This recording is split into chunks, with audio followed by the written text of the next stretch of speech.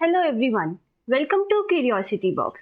Last lecture में हमने काफ़ी सारे प्रॉपर्टीज का कैलकुलेशन देखा किसी रियल गैसेस के लिए। जैसे हमने इंटरनल एनर्जी देखी कैसे उसका डिराइव करेंगे, फिर हमने देखा कि हम एंथैल्पी कैसे कैलकुलेट करेंगे किसी भी रियल गैस के लिए, और साथ ही साथ हमने एक एंट्रोपी का भी एक डेरिवेशन देखा। आज हम पढ़ेंगे जूल थॉमसन कोफिशिएंट के बारे में। इससे पहले हम जूल थॉमसन कोफिशिएंट पढ़ें, उसके पहले मैं आपको एक प्रोसेस जो कि है थ्रॉटलिंग, मैंने जब आपसे एंट्रोपी डिस्कस कर रही थी तो वहाँ क्वेश्चन आया था एक, जहाँ कंस्ट्रक्टेड पैसेज था, लेकिन वहाँ पर उसका मतलब कंस्ट्रक्टेड पैसेज का मतलब होता है थ्रॉटलिंग, और मैंने कहा था कि मैं आपको ये आगे चल के पढ़ाऊंगी। तो मैं इस टॉपिक में ही मुझे ये पढ़ाना है। पहले मैं थ्रॉटलिंग समझा देती हूँ क्योंकि उससे ही रिलेटेड आपको जूल थॉमसन कोफिशिएंट है। तो एक बार आपको थ्रॉटलिंग समझ में आ जाती है, फिर आपको जूल थॉमसन कोफिशिएंट भी समझने में कोई प्रॉब्लम नहीं आएगी। तो पहले हम समझते हैं कि थ्रॉटलिंग प्रोसेस होती क्या है। देखिए, थ्रॉटलिंग प्रोसेस बेसिकली एक प्रोसेस में हम एक अपैरेटस यूज करते हैं, जैसे कि कैपिलरी ट्यूब हो गया या एक थ्रॉटल वाल्व हो गया। जो भी हमारा अपैरेटस होता है उसमें एक बहुत ही पतला छोटा सा डायमीटर का पैसेज होता है, जहां से हम हमारे फ्लूइड को पास करवाते हैं। और जब हमारा फ्लूइड उस कंस्ट्रक्टेड पैसेज से फ्लो करता है तो उसमें कुछ ना कुछ चेंजेस आते हैं, जैसे उसमें प्रेशर लॉसेस होते हैं, ठीक है। और लेकिन ऐसा होने के बाद भी उसकी enthalpy at the end of the process same रहती है, ठीक है। इसी प्रोसेस को ही हम थ्रॉटलिंग कहते हैं। अब मैं इस थ्रॉटलिंग प्रोसेस को थोड़ा और डिटेल में आपको समझाती हूँ, ठीक है। आपने फ्लूइड मैकेनिक्स अगर पढ़ा है तो वहां पर आपने पढ़ा होगा ऑरिफिस मीटर के बारे में, ठीक है। आपने ऑरिफिस मीटर के बारे में तो सुना ही होगा अगर आपने फ्लूइड मैकेनिक्स पढ़ा है तो, ठीक है। तो देखिए, यहाँ पर सपोज एक ऑरिफिस मीटर तो नहीं, लेकिन वैसा ही एक कंस्ट्रक्टेड पैसेज होता है। यहाँ पर देखिए, ये आपका एक पाइप है, यहाँ पर आपने एक ऐसा एन्युलस ट्यूब लगा रखा है। अगर आप इसका क्रॉस सेक्शनल व्यू देखें तो क्रॉस सेक्शनल व्यू ऐसा दिखेगा कि ये आपका पाइप है, और यहाँ पर आपने एक ऐसे प्लेट लगा रखी है और उसमें एक छोटा सा होल है, ठीक है। और उस होल में से यहाँ से फ्लूइड पास कर रहा है, ठीक है। ऐसा टाइप का हमारा पूरा सेटअप है। तो देखिए, अभी आपका ये कॉन्स्ट्रिक्टिव पैसेज यहाँ पर है, this is your constricted passage, ठीक है। अभी यहाँ से फ्लूइड फ्लो हो रहा है। फ्लूइड जब आएगा तो इस कॉन्स्ट्रक्टेड पैसेज की वजह से वो बिल्कुल कंप्रेस हो जाए, कंप्रेस तो नहीं, लेकिन वो एक अपने आप को ऐसे उसकी जो स्ट्रीम लाइंस है वो बहुत पास आ जाएंगी, क्योंकि उसको एक नैरो रीजन से जाकर गुजरना है। लेकिन तो यहाँ पर इस तरह का एक कुछ सिनेरियो बनेगा और यहाँ से फ्लूइड अभी भी बाहर जा रहा है, ठीक है। ये हमारा सेक्शन 1 है और ये सेक्शन हमारा सेक्शन 2 है, ठीक है। अभी देखिए, अगर हम क्या यहाँ पर हम अज्यूम करते हैं कि हमारे जो मास फ्लो रेट है वो कांस्टेंट बना हुआ है, हमारे मास फ्लो रेट में कोई चेंज नहीं आ रहा है। मतलब वो तो ऑब्वियस ही बात है कि जितना मास सेक्शन 1 में अंदर जाएगा तो उतना ही मास सेक्शन 2 में बाहर आएगा। साथ ही साथ आपको ये देखना होगा कि हमारी जो यहाँ वॉल्स है वो एडियाबैटिक है, यानी उससे इस सेटअप में सराउंडिंग्स में कोई हीट नहीं जा रही है, और इसीलिए हमारा जो सराउंडिंग के साथ हीट इंटरेक्शन है वो 0 हो जाता है। और देखिए अभी आपने क्या ले लिया, यहाँ से क्या हो गया हमारा ये कि हमने, और जो हम ये कंसीडर करते हैं कि हमारी डेंसिटी कांस्टेंट रहती है थ्रू आउट, ठीक है। तो हमारी डेंसिटी इज कांस्टेंट, मतलब रो इज कांस्टेंट। तो यहाँ से क्या लिख सकते हैं, A1V1 is equals to A2V2, ठीक है। यहाँ तक आपको कोई दिक्कत नहीं। पर क्या होता है कि यहाँ देखिए, जब यहाँ से हमारा फ्लूइड सीधा सीधा आ रहा था, उसको यहाँ पर एकदम से कॉन्स्ट्रिक्टेड पैसेज हो गया, यहाँ पर पैसेज बहुत छोटा हो गया। अभी देखिए, जब इस कॉन्स्ट्रिक्टेड पैसेज से फ्लूइड फ्लो करेगा तो यहाँ पर एडी विस्कोसिटीज बन जाएंगी, यहाँ पर एडीज फॉर्म होंगी। आपको जब फ्लूइड मैकेनिक्स पढ़ेंगे तब आपको एक समझ में, अगर आपने फ्लूइड मैकेनिक्स पढ़ा है तो आपको ये समझ में आ गया होगा। तो यहाँ से यहाँ पर प्रेशर ज्यादा हो जाएगा, तो हम लिख सकते हैं कि but the pressure increases on the other side। दूसरे साइड पे हमारा प्रेशर इंक्रीज हो जा रहा है। तो अगर आप यहाँ पर कोई फ्लूइड एलिमेंट को कंसीडर करें इस तरह, यहाँ पर सपोज आपका कोई सा फ्लूइड एलिमेंट है, आप यहाँ एक फ्लूइड एलिमेंट को देख रहे हैं, का एनालिसिस कर रहे हैं, तो उस फ्लूइड एलिमेंट में एक साइड से तो प्रेशर P लग रहा होगा, लेकिन दूसरे साइड से प्रेशर थोड़ा ज्यादा होगा, P + Tp, ठीक है। तो देखिए अभी क्या होगा, ये जो पार्टिकल होता है हमारा, जो भी हमारे मॉलिक्यूल वाटर का यहाँ से फ्लो कर रहा है, बेसिकली पार्टिकल फ्लो कर रहा है, वो इस प्रेशर की वजह से उसमें बहुत ज्यादा एक लॉसेस हो जाते हैं, ठीक है। उस प्रेशर की वजह से उसमें प्रेशर लॉस होता है। प्रेशर लॉस की वजह से हमारा एनर्जी लॉस होती है। आपने ये फ्लूइड मैकेनिक्स में पढ़ा होगा। तो अगर हम यहाँ पे बर्नौलीज इक्वेशंस देखें तो क्या हो जाएगा, हम जानते हैं PV plus V square by 2 G plus, sorry Bernoulli's equation देख रहे हैं हम, यहाँ ये नहीं आएगा, upon rho G plus is equal to 0। अभी देखिए आपकी अगर वॉल्यूम यहाँ पर बढ़ रही है, इसका मतलब देखिए यहाँ पर आपकी जो ये वॉल्यूम वाला ये प्रेशर जो है, ये प्रेशर लॉसेस यहाँ बहुत ज्यादा हो जा रहे हैं। तो अगर यहाँ प्रेशर लॉसेस हो रहे हैं, इसका मतलब हमारी एनर्जी जो हमको मिलने वाली थी वो एनर्जी में लॉस हो रहा है। तो ये जो एनर्जी प्रेशर लॉसेस, अब क्वेश्चन आता है कि प्रेशर लॉसेस होते क्यों, यहाँ पर प्रेशर लॉसेस आता क्यों है। यहाँ पे जो लॉसेस हो रहे हैं उसका 3 मेजर रीजन होते हैं। पहला रीजन होता है कॉन्ट्रैक्शन। देखिए सडनली आपका फ्लूइड तो अच्छा भला सीधा सीधा आ रहा था, लेकिन यहाँ पर बिल्कुल छोटा सा पैसेज हो गया तो उसे कॉन्ट्रैक्ट हो गया, तो एकदम से उसको सडनली कॉन्ट्रैक्शन झेलना पड़ा, इसलिए आपके लॉसेस होते हैं। फिर दूसरा रीजन होता है एक्सपांशन। यहाँ से उसने चलो ठीक है, एकदम से उसे कॉन्ट्रैक्ट किया गया तो थोड़ा कॉन्ट्रैक्ट हुआ, आसपास उसके मॉलिक्यूल्स पास आए, लेकिन फिर तुरंत ही उसमें एकदम से सडन एक्सपांशन होने लगा। तो हमारा सेकेंड रीजन जो है वो है एक्सपांशन या फिर एनलार्जमेंट, ठीक है। तीसरा रीजन है एडी लॉसेस या फिर फ्रिक्शन, ठीक है। मैंने अभी आपको बताया कि वहां पर एडी जो यहाँ पर क्या होता है, मैं आपको समझा ही देती हूँ कि जब ये फ्लूइड यहाँ इस कॉन्स्ट्रिक्टेड पैसेज से यहाँ इस साइड आएगा तो अपनी इनर्शियल इफेक्ट्स की वजह से ऐसा जाएगा, वो डायरेक्टली तो यहाँ इस वाले रीजन में आ नहीं जाएगा, वो अपनी इनर्शिया की वजह से वो अपनी इनर्शिया की वजह से ऐसे जाएगा, और ना कि यहाँ ये वाला प्लेस खाली रहेगा। तो यहाँ पर एक लो वैक्यूम रीजन बन जाएगा, बेसिकली लो प्रेशर रीजन बन जाएगा, और यहाँ पर जो फ्लूइड है वो इस तरह रोटेट कर जाएगा और वहां पर एडी विस्कोसिटीज या फिर एडी करेंट्स बनने लगेंगे, और ये लीड करता है एडी लॉसेस में। और ये बेसिकली हम बोलते हैं कि ये फ्रिक्शन की वजह से हो रहा है, ठीक है। अब देखिए जब इतना सारा फ्रिक्शन यहाँ पर जनरेट हो रहा है, तो फ्रिक्शन जो भी जनरेट हो रहा है वो किसी ना किसी फॉर्म में तो बाहर निकलेगा। फ्रिक्शन कुछ ना कुछ हीट प्रोड्यूस करेगा, फ्रिक्शन की वजह से। आप हमेशा जानते हैं फ्रिक्शन की वजह से हीट प्रोड्यूस होती है, लेकिन हमारा जो सेटअप है वो क्या है, एडियाबैटिक सेटअप है, तो हीट जो है वो बाहर नहीं जा पाएगी। तो ये हीट हमारी बॉडी की इंटरनल एनर्जी में स्टोर हो जाएगी और हमारी बॉडी की इंटरनल एनर्जी इंक्रीज हो जाएगी। तो अगर हम यहाँ पर देखें, हमारा फर्स्ट लॉ का यूज करें तो क्या होता है, हमारा फर्स्ट लॉ किसी भी हम स्टेडी फ्लो, और हाँ ये जो आपका थ्रॉटलिंग प्रोसेस, ये थ्रॉटल वाल्व होता है, ये एक स्टेडी फ्लो डिवाइस होती है, ठीक है।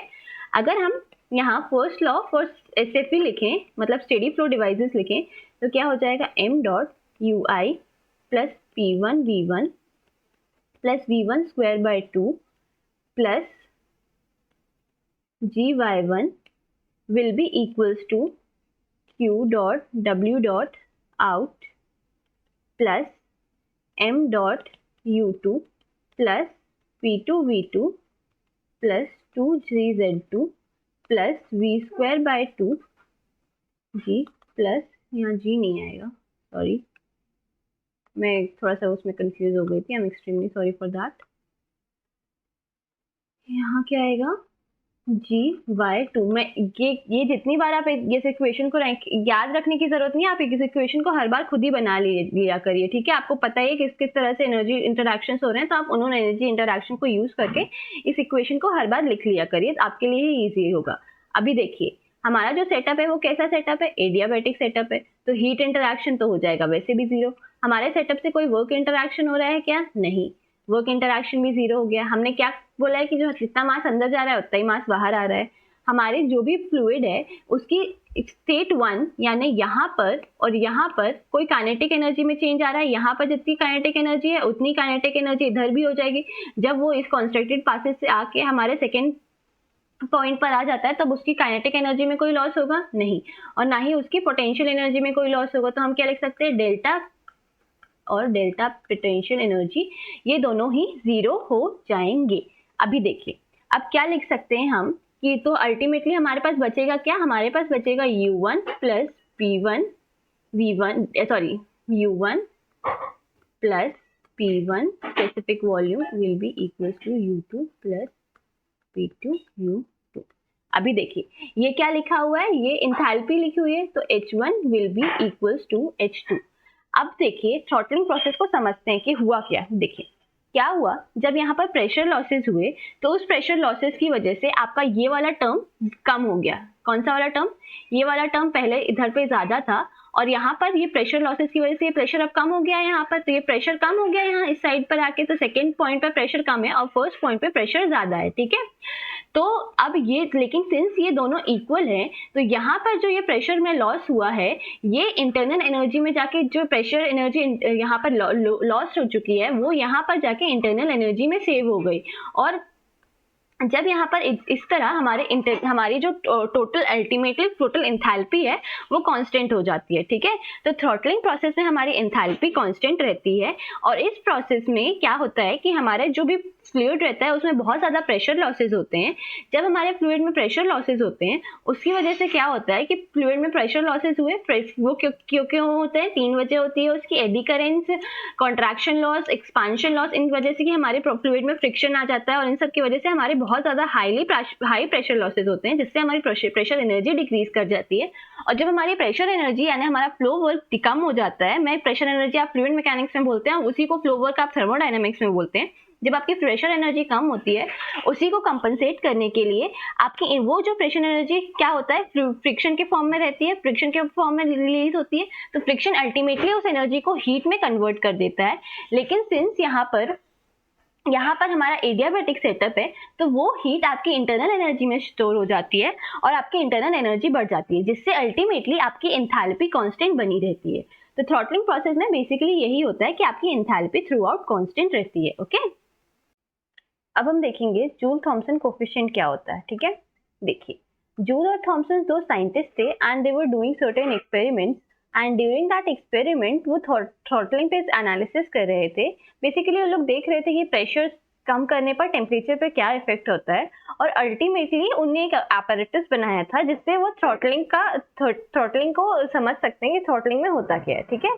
तो देखिए इससे पहले मैं आपसे इसका डेरिवेशन डिस्कस करती हूँ, फिर हम इसमें बाकी की बातें करेंगे। देखिए यहाँ पर हम जानते हैं कि DH is equals to CPT upon T into DT plus किसी भी रियल गैस के लिए हम चेंज इन एंथैल्पी ऐसे ही लिखते हैं। मैं ऑलरेडी आपसे ये डिस्कस कर चुकी हूँ पहले के लेक्चर्स में कि कैसे आता है ये, ठीक है। तो देखिए इंटू P इंटू DT। अभी जानते हैं आप कि किसी भी थ्रॉटलिंग प्रोसेस में आपकी एंथैल्पी कांस्टेंट होती है तो आपका DH वाला टर्म क्या हो जाएगा, 0 हो जाएगा। तो यहाँ से हम लिख सकते हैं क्या कि CP upon T DT is equals to minus of V plus T del V by del T upon P multiplied by dP। यहाँ तक कोई दिक्कत नहीं। अभी देखिए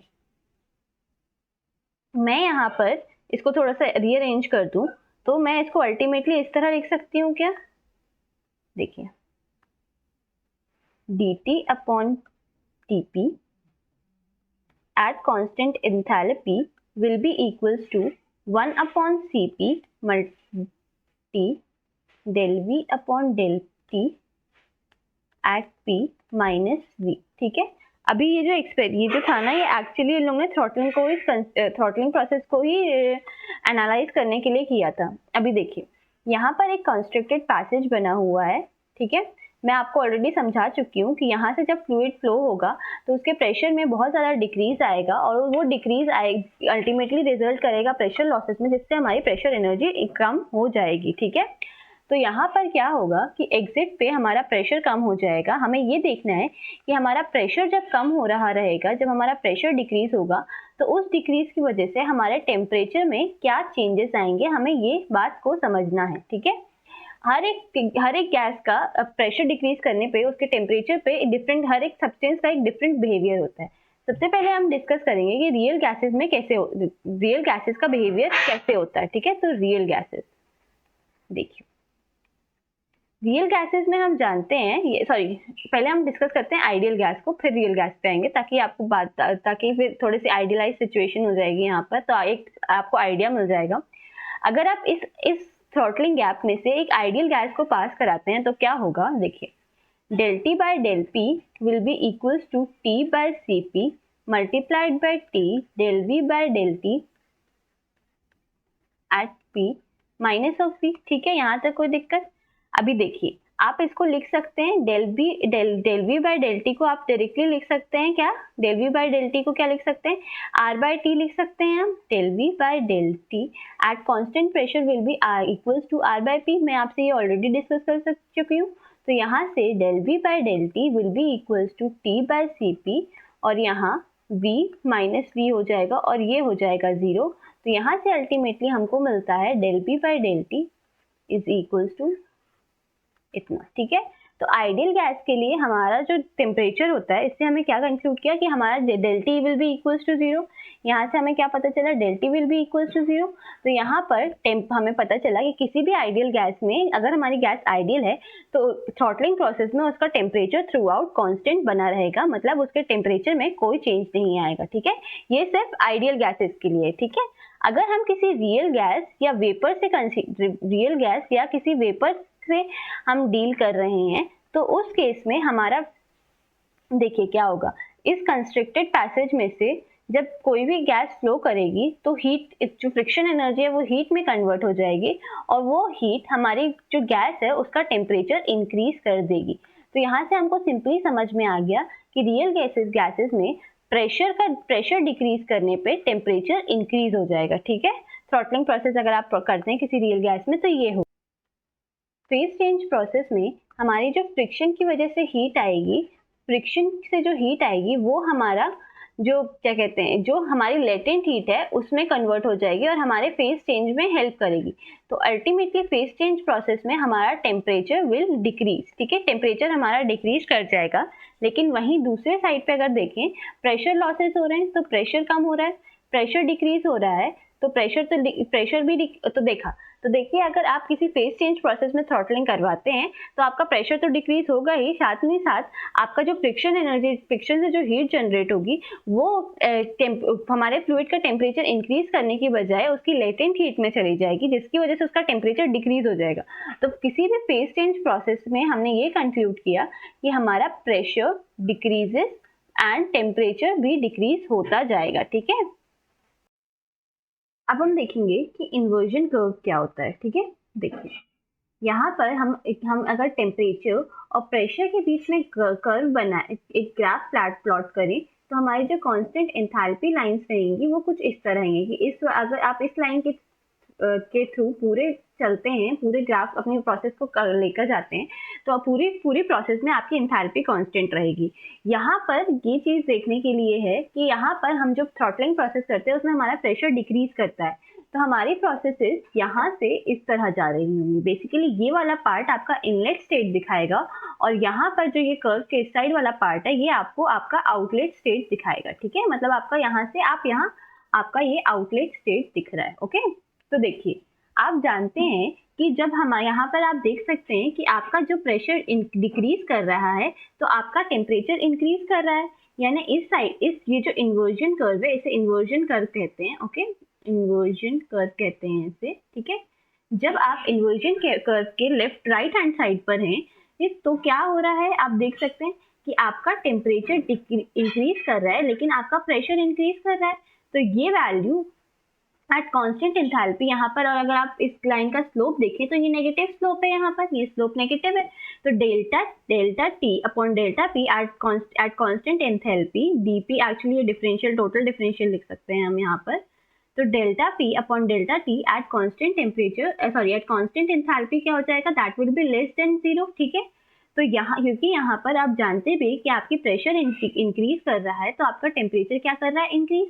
और ये वाला केस किसका था, ये वाला केस था रियल गैसेस का, क्योंकि वहाँ हमारी जो फ्रिक्शन एनर्जी थी वो हीट में कन्वर्ट हो जा रही थी और वो हमारी रियल गैस का टेम्परेचर बढ़ा रही थी।